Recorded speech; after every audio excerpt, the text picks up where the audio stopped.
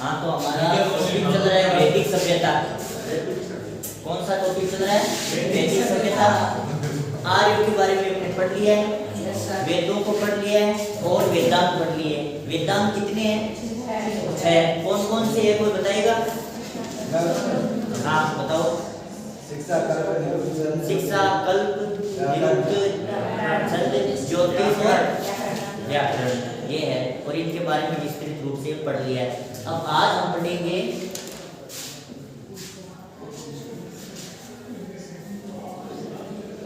उपनिषद। क्या पढ़ेंगे? उपनिषद। देखिए, उपनिषदों को कहा जाता है वेदांत।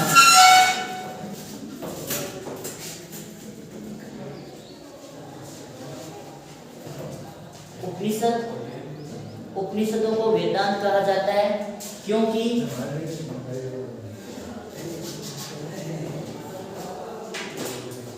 वेदों में सबसे अंत में इनकी रचना हुई।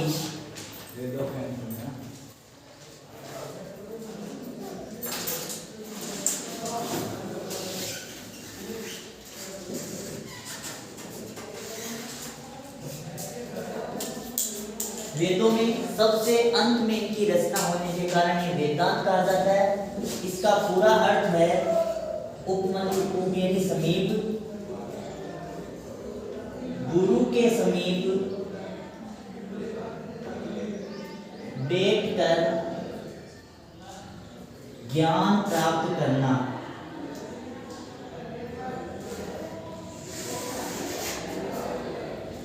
गुरु के समीप बैठकर ज्ञान प्राप्त करना, और ये अर्थ है उपनिषद का। उपनिषद को वेदांत कहा जाता है क्योंकि वेदों में सबसे अंत में इनकी रचना हुई थी। अब देखिए, ये संख्या में कितने हैं? किसी को पता है उपनिषद संख्या में कितने हैं? कोई बताएगा? वो वेदांत है, ये वेदांत है।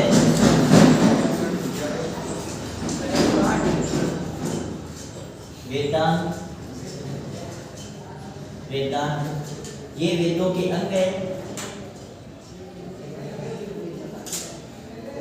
और इनकी वेदों के बाद सबसे लास्ट में इनकी रचना हुई है, अंत में रचना हुई है।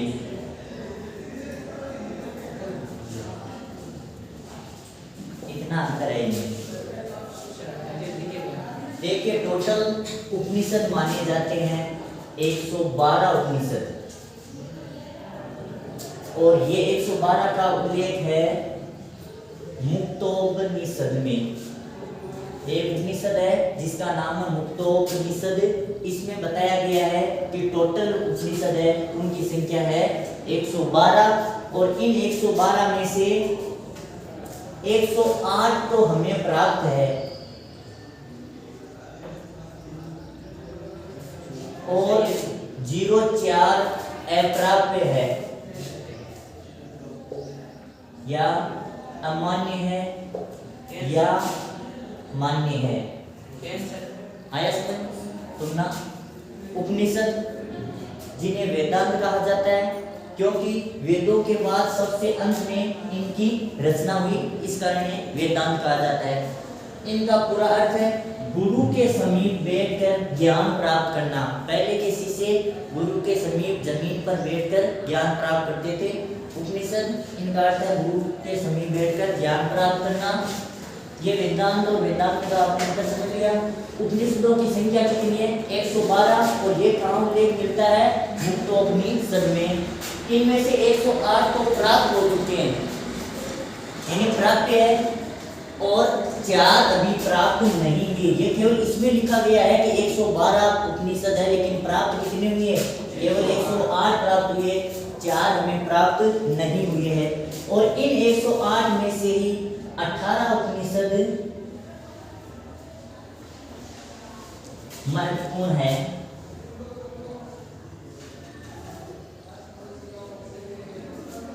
इन 108 में से 18 उपनिषद महत्वपूर्ण है, और इन्हीं 18 में से ही 12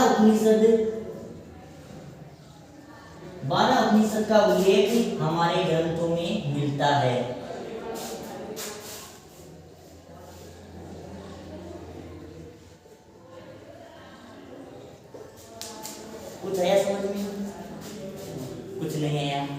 देखना टॉपिक कौन सा है, उपनिषद।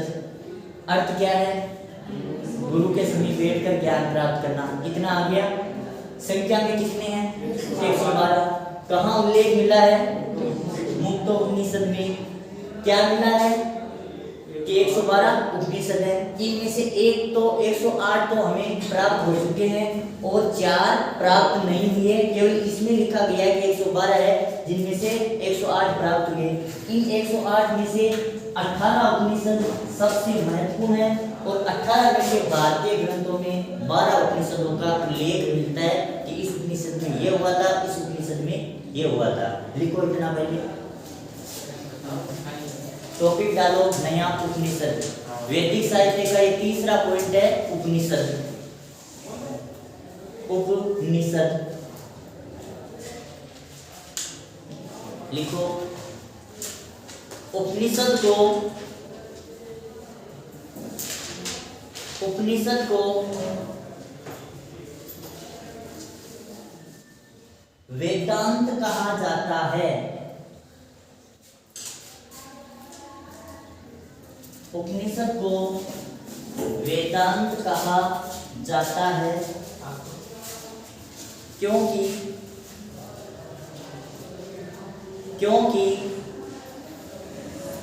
इनकी रचना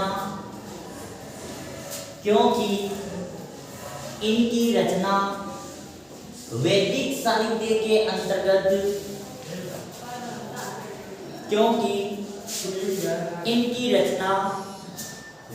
साहित्य के अंतर्गत सबसे अंत में हुई थी।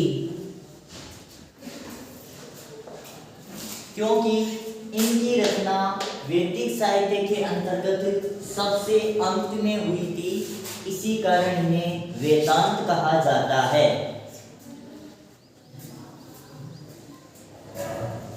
इसी कारण इन्हें वेदांत कहा जाता है।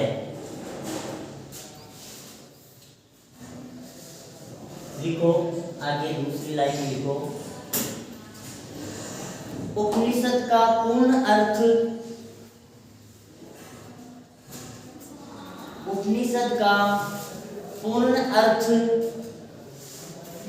गुरु के समीप बैठकर,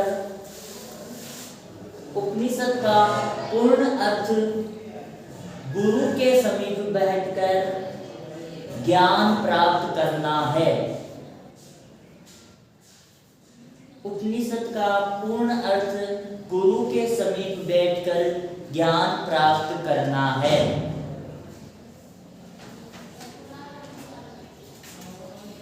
लिख लिया? आगे लिखो। उपनिषदों की संख्या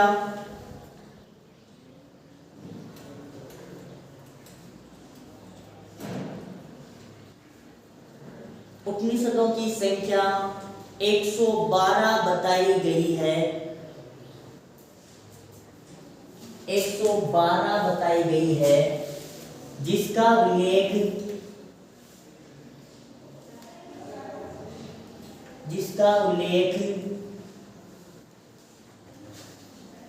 मुक्तोपनिषद में मिलता है।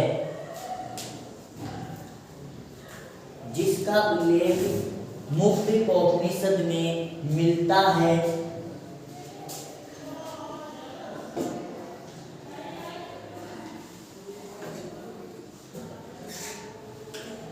लिखो, इन 112 उपनिषदों में से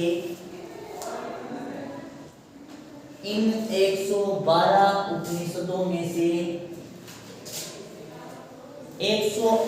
उपनिषदों को 108 उपनिषद, इन 112 उपनिषदों में से 108 उपनिषद मान्य या प्राप्त है।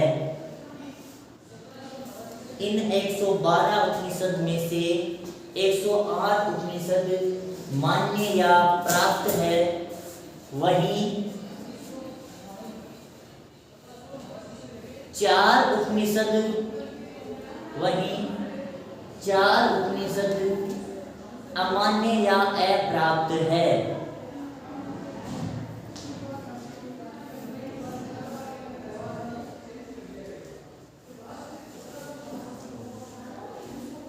लिखो आगे, अगली लाइन में लिखना, इन उपनिषदों में से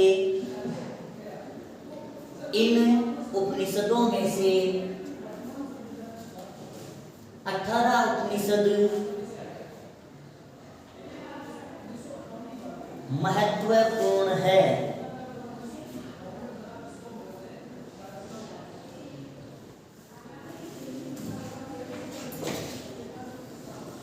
और इनमें से 12 उपनिषदों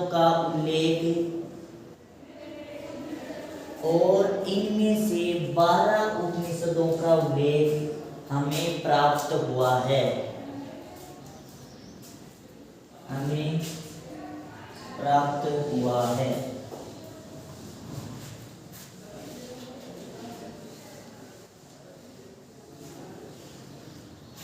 जो निम्न है,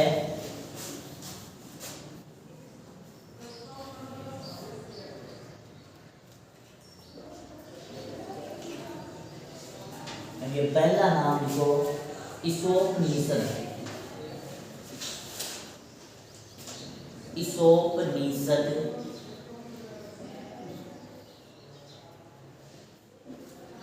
इसमें लिखो, इस उपनिषद में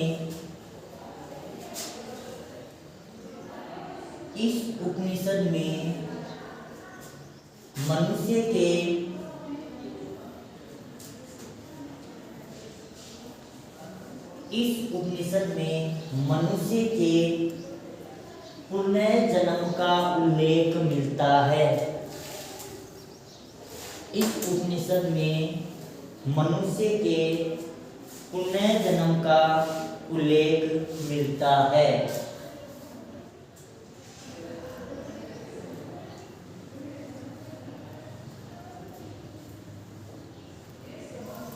दो नंबर पर लिखो कंठोपनिषद।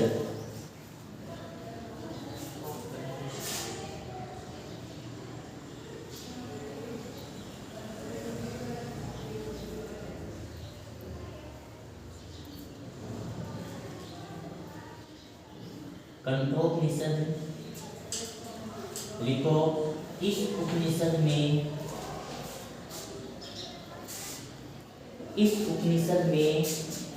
यम व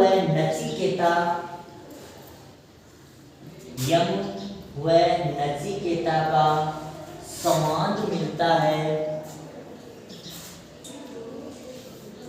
साथ ही कंठोपनिषद है दूसरा, इस उपनिषद में यम व नचिकेता का संवाद मिलता है। साथ ही 24 बेलों द्वारा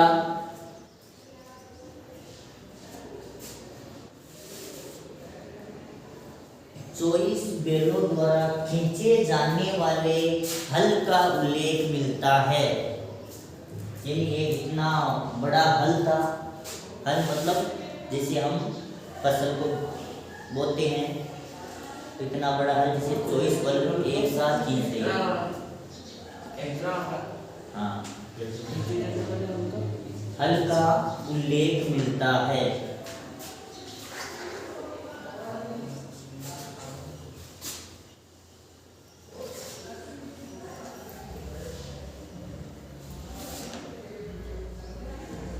तीसरा नाम लिखो प्रश्नोपनिषद।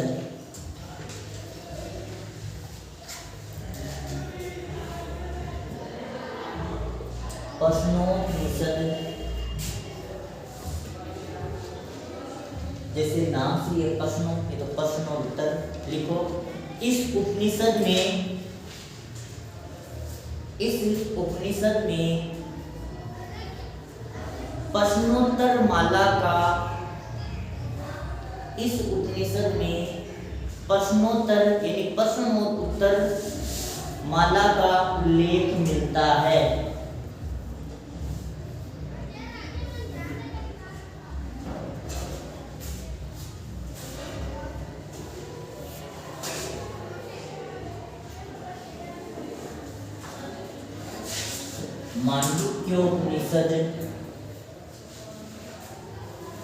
मांडुक्योपनिषद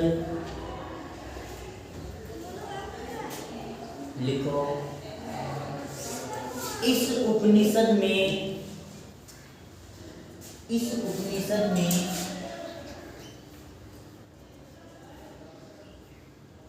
ऋषियों की दिनचर्या का उल्लेख मिलता है।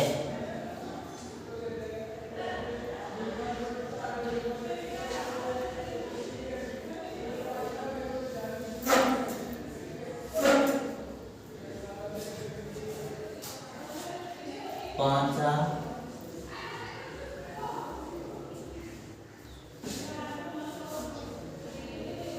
चांदोग्य उपनिषद। चांदोग्य उपनिषद लिखो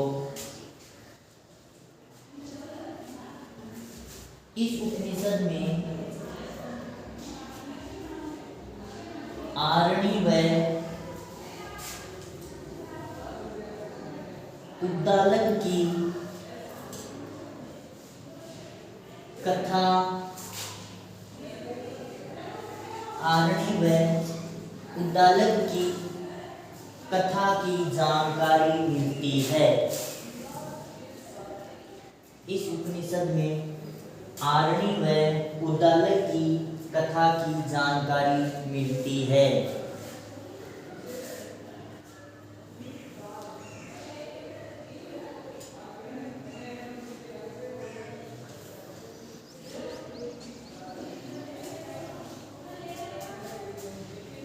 जाबालोपनिषद। जाबालोपनिषद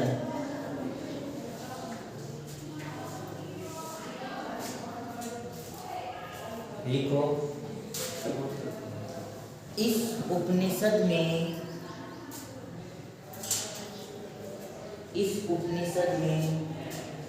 चारों आश्रमों का उल्लेख मिलता है। आश्रम कितने हैं? 4, और उन चारों का उल्लेख मिलता है जाबालोपनिषद। 4 कौन कौन से है? ब्रह्मचारी, गृहस्थ, वानप्रस्थ और संन्यास आश्रम, और इन चारों का उल्लेख मिलता है जाबालोपनिषद में। कितने हो गए? 6 हो गए।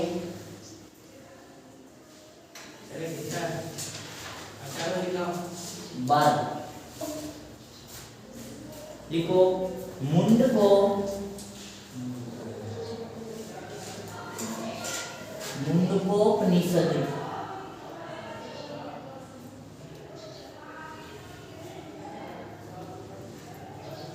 मुंडकोपनिषद में लिखो इस उपनिषद में सत्यमेव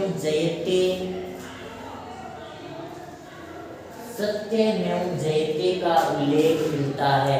तो ये हमारा एक सुविचार है, सत्यमेव जयते, यानी सत्य की हमेशा ही जीत होती है। ये लिखा हुआ है मुंडकोपनिषद में।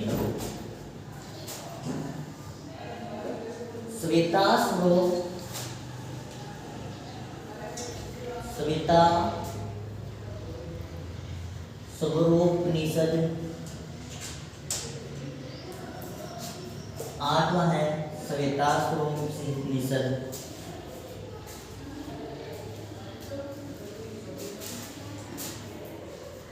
लिखो इसमें इस उपनिषद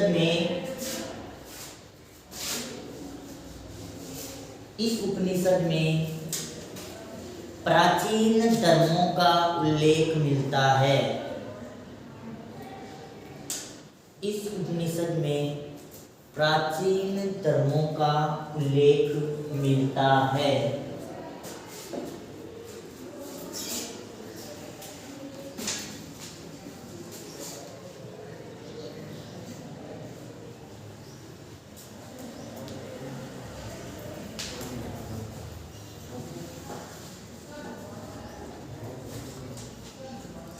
बृहदारण्यकोपनिषद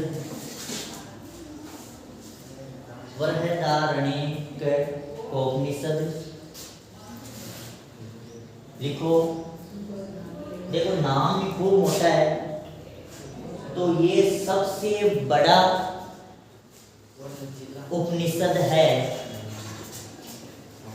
ये सबसे बड़ा उपनिषद है और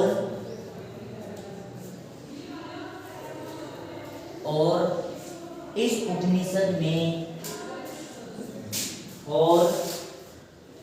उपनिषद में देव वासुओं का उल्लेख या जानकारी मिलती है।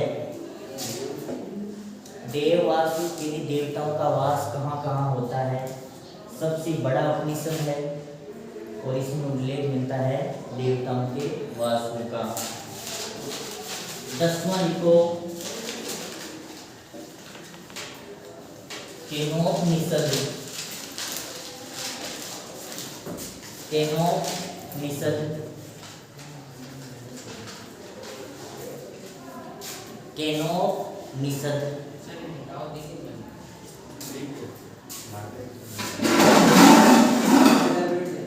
केनोपनिषद लिखो, इस उपनिषद में निष्काम कर्म का उल्लेख मिलता है। केनोपनिषद में निष्काम कर्म का उल्लेख मिलता है, यानी अगर आप कोई कर्म करो तो फल की इच्छा मत करो, काम अपने आप करता रहो, फल जरूर बढ़िया मिलेगा।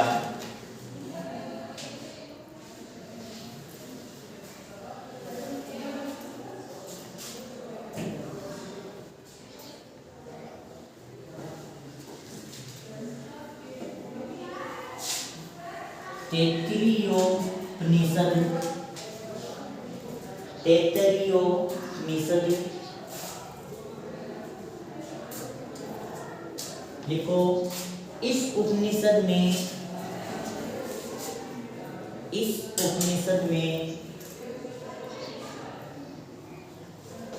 यजुर्वेद का उल्लेख मिलता है। यजुर्वेद का उल्लेख मिलता है।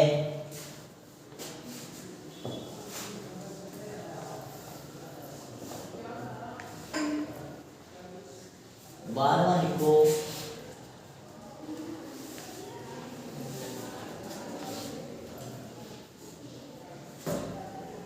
ऐत्रेयोपनिषद।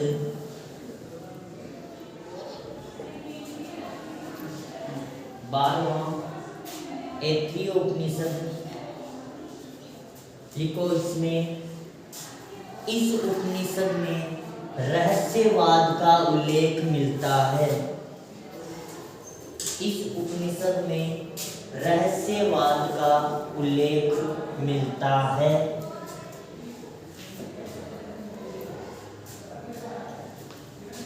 आगे 2000 और नाम लिख लो। 13वां जैमिनियोपनिषद।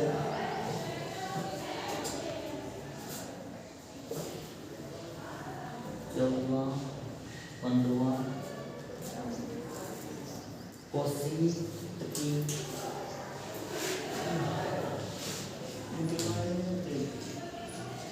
इसे इसी लाइन में लिख लो। कौशिकी और मैत्रायणी।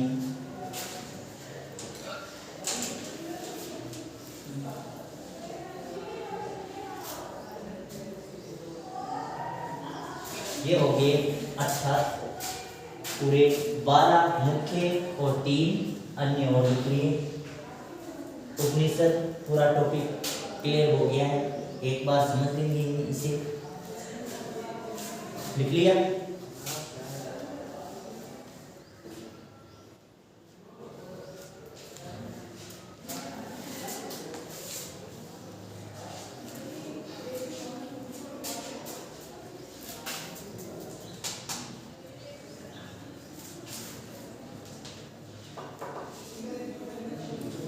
लिख लिया?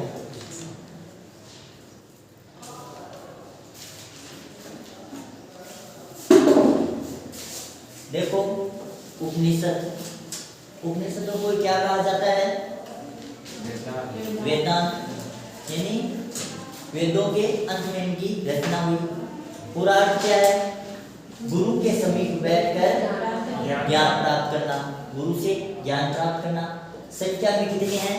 112। इसका उल्लेख कहाँ मिलता है? किस उपनिषद में मिलता है कि 112 है। ठीक, इनमें से 108 तो प्राप्त या मान्य है और 4 अप्राप्य या अमान्य है। इनमें से 18 महत्वपूर्ण है और 18 में से 12 का उल्लेख हमारे ग्रंथों में मिलता है। फिर हमने क्रमवाइज 12 और 3 अन्य के बारे में पढ़ लिया। तो ये हो गया हमारा उपनिषद। अब पढ़ते हैं हम 2 महाकाव्य। महाकाव्य कितने हमारे? कितने हैं? 2 महाकाव्य है। कौन कौन से है? एक रामायण और दूसरा है महाभारत।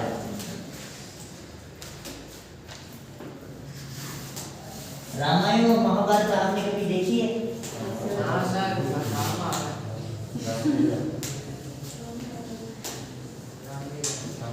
देखिए, रामायण श्री राम के जीवन पर आधारित है। ये श्री राम की जीवन गाथा है ये रामायण। रामायण का उल्लेख या रामायण की रचना किसने की थी? वाल्मीकि ने।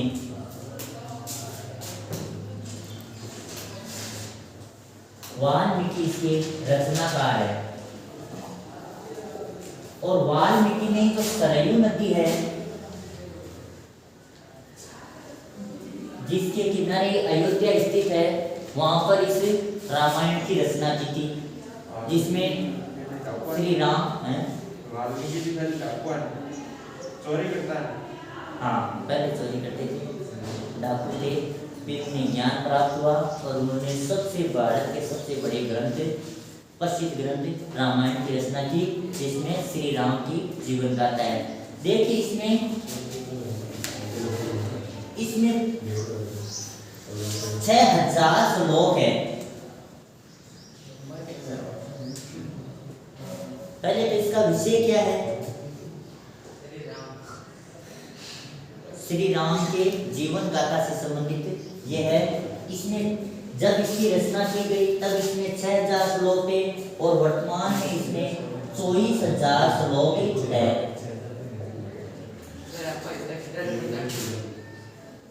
क्या हुआ? आपका तो एक आदमी बहुत बड़ा। हाँ, इसमें कांड यानी इसके भाग है वो है 7 भाग। ये कांड भाग कैसे जानते हो आप? जैसे एक है जो राम से जन्म से संबंधित है, राम के अयोध्या से जाने से संबंधित है, एक सीता हरण से संबंधित है, एक सीता को वापस लाने से संबंधित है, फिर अयोध्या वापस जाने से संबंधित है, फिर अयोध्या से सीता को वापस जो लव कुश का जन्म होता है उससे पहले उसे जंगल में भेजने से संबंधित है, फिर सीता का वापस आने से संबंधित है। ये सभी 7 कांड है। इसमें एक रामायण पर एक टीका लिखी गई थी और नाम था उसका रामचरितमानस। इसकी रचना किसने की? इसने रामायण को शॉर्ट रूप में लिखा गया है, तुलसीदास ने।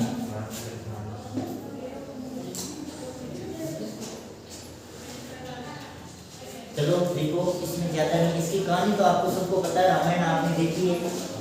राम को क्यों अयोध्या से 14 वर्ष का वनवास भोगना पड़ा?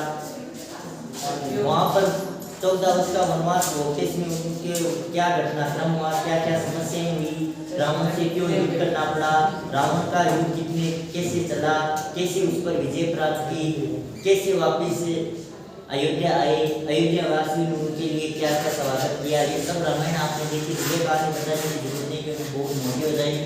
तो लिखो आप महाकाव्य लिखो पहले, महाकाव्य।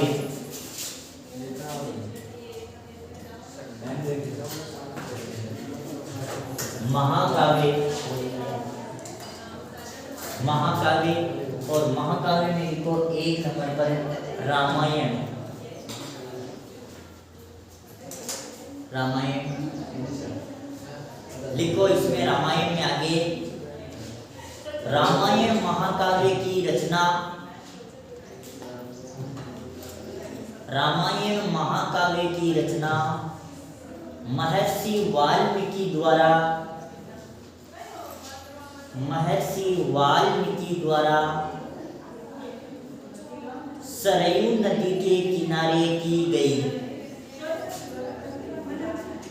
रामायण की रचना महर्षि वाल्मीकि द्वारा सरयू नदी के किनारे की गई। वर्तमान अयोध्या, इसी में लिखना है, वर्तमान अयोध्या सरयू नदी के किनारे ही स्थित है। वर्तमान अयोध्या सरयू नदी के किनारे ही स्थित है।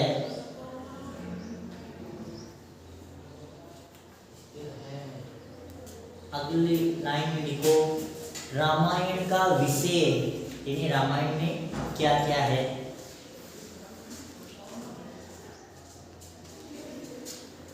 लिखो रामायण का विषय, इसमें लिखना है रामायण का विषय श्री राम से संबंधित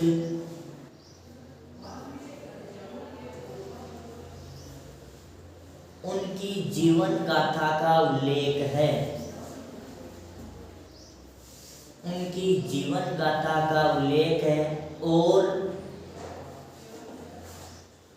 अयोध्या वासियों के रहन सहन, और अयोध्या वासियों के रहन सहन व उनके सामाजिक स्थिति का पता चलता है।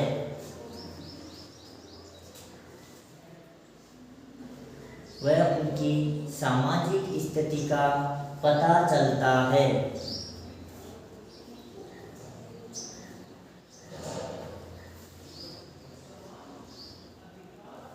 आगे लिखो अगली लाइन में, प्रारंभ में रामायण में 6000 श्लोक थे। प्रारंभ में रामायण में 6000 श्लोक थे, लेकिन वर्तमान में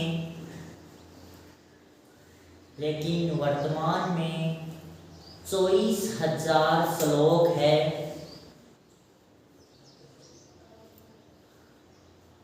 इसी कारण रामायण को चतुर्विंशति संहिता कहा जाता है। इसी कारण रामायण को चतुर्विंशति संहिता कहा जाता है।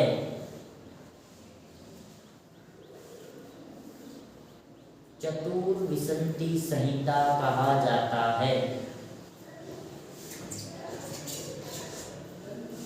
अगली लाइन लिखो, संहिता कहा जाता है। आगे लिखो, रामायण में कुल 7 कांड है, या 7 कांड या 7 भाग है।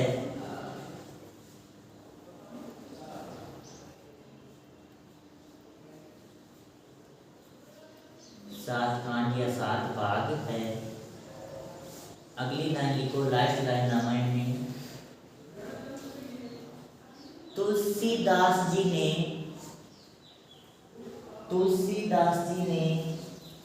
रामायण का संक्षिप्त रूप, तुलसीदास जी ने रामायण का संक्षिप्त रूप रामचरितमानस की रचना की है। रामचरितमानस की रचना की है।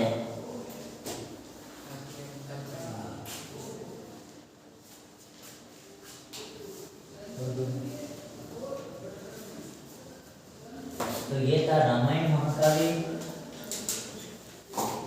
वैसे रामायण में से कोई क्वेश्चन आ जाएगा तो आप आराम से कर लोगे, क्योंकि आपने रामायण देखी है। देखी नहीं तो कहीं ना कहीं किताबों में थोड़ी बहुत पढ़ी है। दूसरा है महाकाव्य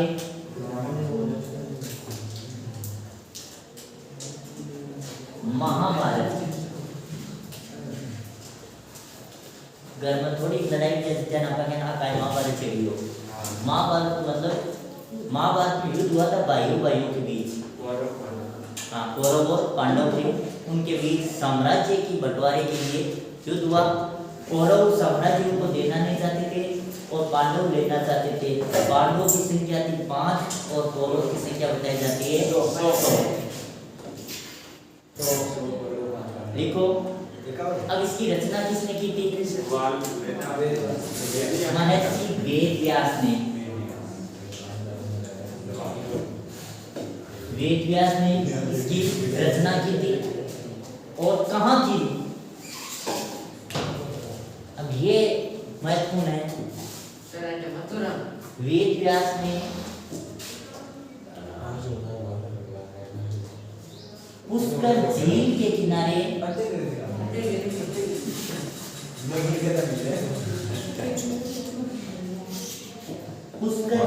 किनारे रचना की। अब देखो पास में पुष्कर झील और पुष्कर झील के किनारे इसकी रचना हो जाती है, आपको पता ही नहीं चलता।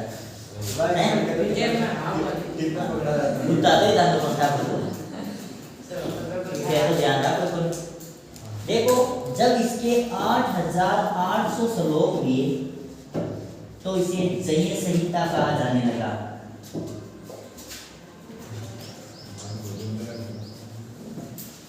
कितने? 8800। जब इसके 24,000 श्लोक हुए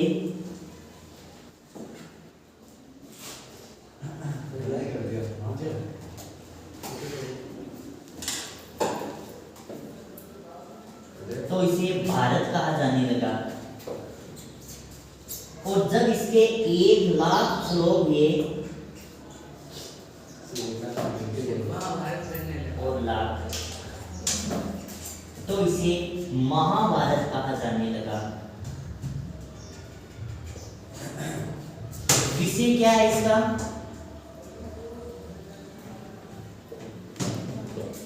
विषय क्या है?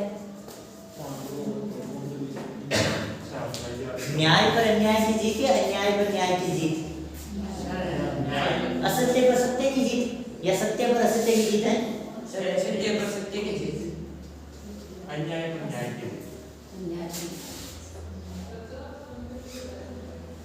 पांडव व कौरवों के मध्य साम्राज्य के लिए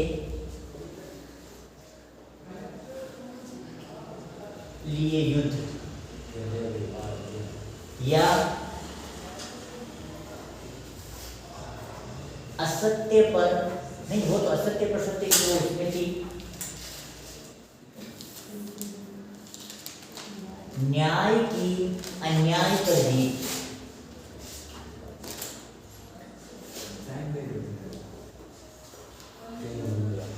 लिखो, ये ज्यादा नहीं है।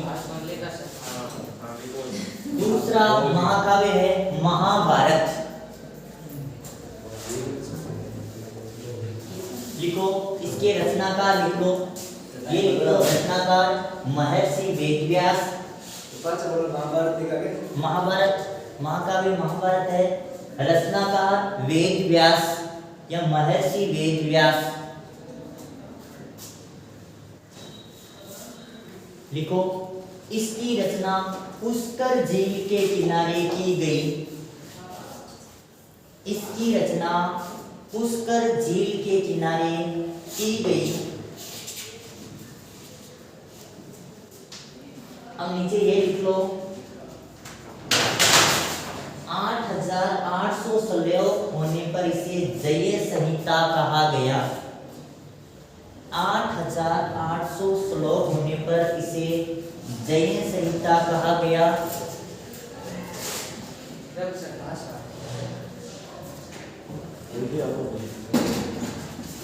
8800 श्लोक होने पर इसे जय संहिता कहा गया।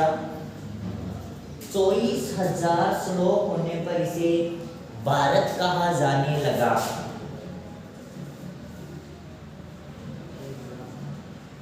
और 1,00,000 श्लोक होने पर यह महाभारत नाम से जानी जाने लगी।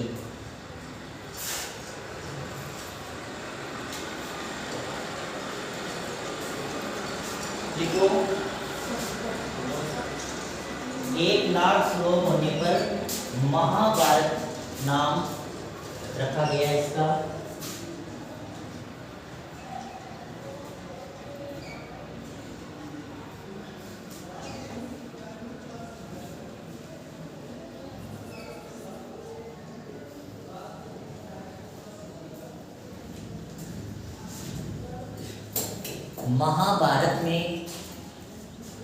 महाभारत में हस्तिनापुर के शासक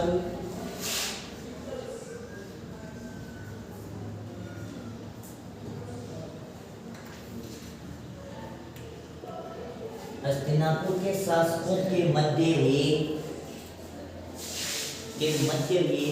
गृह युद्ध का उल्लेख है।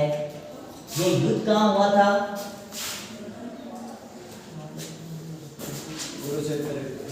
कुरुक्षेत्र हरियाणा। और कितने दिन चला? 18 दिन चला ये युद्ध।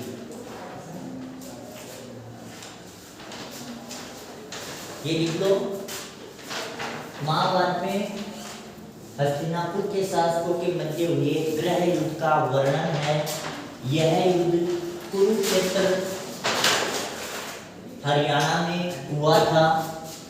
यह युद्ध कुरुक्षेत्र हरियाणा में हुआ था और 18 दिनों तक चला था। तो ये हो गया हमारे 2 महाकाव्य। अब केवल 18 पुराण रहे हैं जिसके बारे में हम कल पढ़ेंगे। आज हमने उपनिषद पढ़ लिया और दोनों महाकाव्य पढ़ लिए। उससे पहले वेदांत पढ़ लिए, वेदांतों से पहले वेद पढ़ लिए, वेदों से पहले आर्यों की स्थिति पढ़ ली, आर्य को आगमन पढ़ लिया, उनका आगमन कैसे हुआ, कब हुआ।